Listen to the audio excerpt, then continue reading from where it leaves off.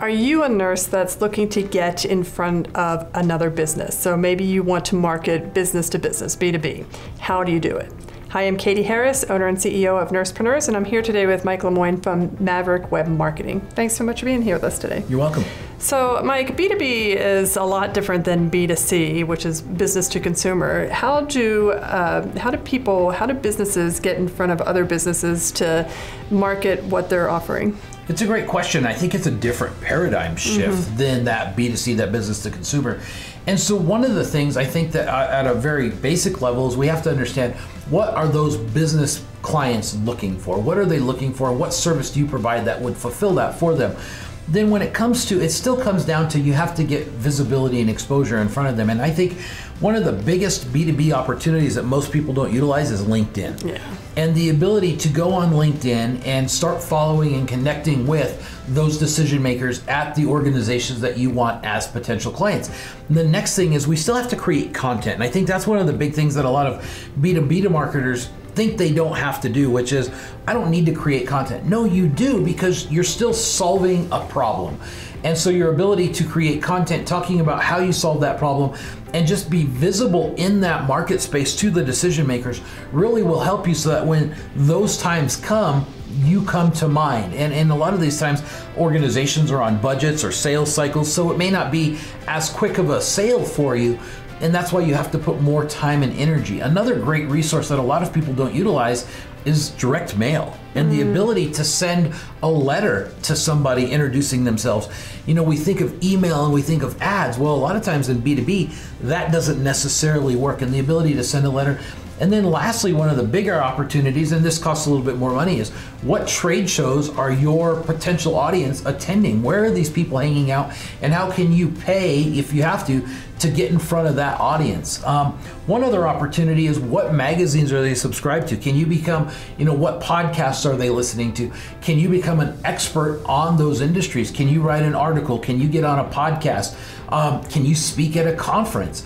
All of those things are really great opportunity for B2B marketers or B2B businesses to market themselves. Yeah, I think that's really powerful, and I do want to kind of take those one by one, what you just said. So LinkedIn in particular, I think that's a great resource. Again, it's another free resource that is overlooked, because, I mean, you can look up a company and see everybody in that organization and who they are, and from there getting their email is pretty straightforward. It's not that hard, but you know who's who, and you can really learn about that. Do you have any tips on maximizing your LinkedIn account? Because you certainly don't want somebody to go back to your LinkedIn account and there's a picture of a cat or something there.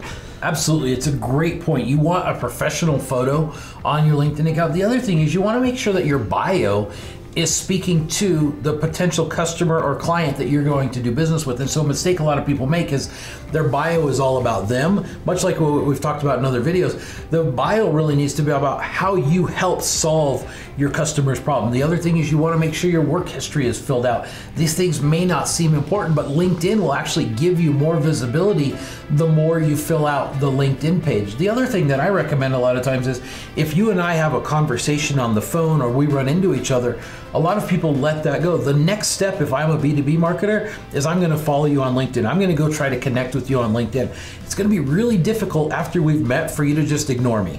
And if you start following me on LinkedIn and you start seeing my content, that starts to build that relationship. Yeah, now you mentioned direct mail marketing, and that's something that it feels somewhat old school, but it is so effective. And I'll tell you that when we first started our concierge nurse business, what I did was made a list of 50 surgeons that were in my area and started mailing them stuff every week. And that's really powerful. So, I mean, it's different for doing B2C, because I'd have to mail stuff to millions of people, and I don't have $1 million to send out letters to everybody. But if you have like a finite number, doing direct mail can be very powerful. Direct mail is powerful, and if we think of how little is in the mailboxes nowadays, because everyone's going online, direct mail is a very powerful thing. And here's what I tell people when it comes to direct mail. If you have the opportunity to reach out to 50 people, you want to do it multiple times. You gotta think in the mindset of a campaign. Most people aren't going to respond after the first mailing, but if you mail multiple touch pieces multiple times, just like you did every week, eventually they are going to respond. And so it's a great way to cost effectively get in front of decision makers that normally you wouldn't be able to get in front of out of digital format. Yeah, and I mean, how much are you talking about here? You're talking about postage and an envelope and whatever you put in that envelope. I mean, you maybe $5 an envelope and you're putting out 50. I mean, that's nothing compared to what you could spend in these different areas. Absolutely, and there's also there's a lot of different novel ideas for direct mail too. So you can send a letter one time, you can send a postcard the next time.